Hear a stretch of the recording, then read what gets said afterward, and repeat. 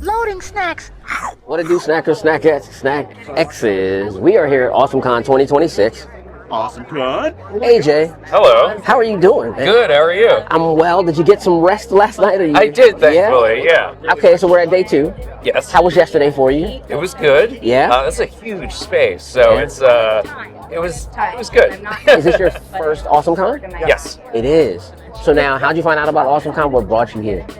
I don't know, someone told me to come here. They said just... Yeah, I mean, my agent was like, hey, come to this thing. I was like, okay. How often do you do conventions? Well, it depends on the year. Last year I did like 1 or 2 a month, and this year I'm taking a break. So I was like, I'll come out for AwesomeCon. Yeah. But yeah. It's a little bit busy, a little bit hectic. It could be a little crazy. What's your favorite thing about the convention space?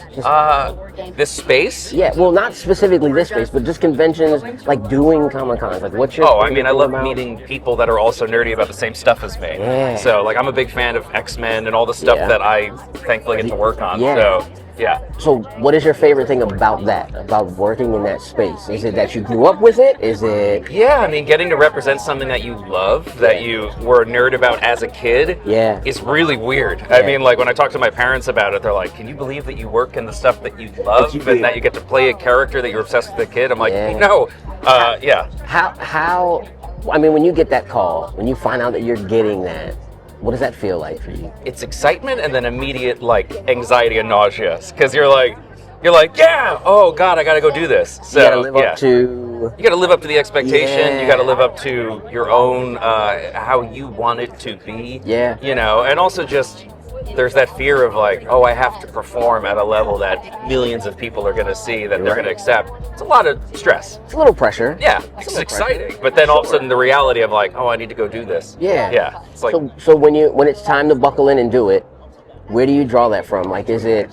Do you draw from personal experiences when it's like, when you look at the script and you go, okay, let me get into this, like, where do you draw, I guess, the inspiration from for being the person you need to be in that space? So how do you separate who you are from who they are?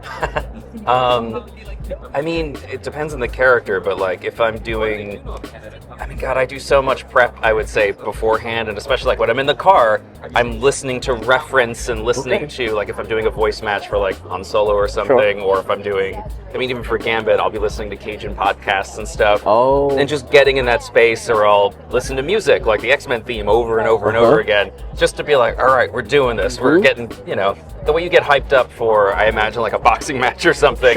Just try to hype myself up so when I go in, I'm like, I'm excited. I'm ready to go. I mean, listen, spoiler alert, losing Gambit last season was easily the toughest moment of the show. Did you know that was happening before it happened? Like, did they give you... I was called way before. None of the other cast knew. And I was called. It was like, hey, so we need to tell you something. I was like, oh, no, I'm fired. They're like, well, not quite, but... not quite like that. They were like, we're going to... Gambit's going to go after episode 5. And I was like, you can't kill Morph again? That would have been nice. But JP didn't like. I was like, sorry, JP, who's Morph. That's fair. But no, I love Morph. I'm glad Morph is around. He got killed off, or they got killed off once. So we did that once already. Yeah. But no, I was devastated. I had to go through like a whole, how do I say this, like solo mourning period, because it's like, oh, I love this character, and also it means that I don't get to continue with the rest of the story. So I was devastated. Yeah. But it was a hell of an ending, so I was okay with it. Correct. I mean, it was done the right way. Yeah. Right? Like, it kind of brought everything full circle in a way? Yeah. Okay.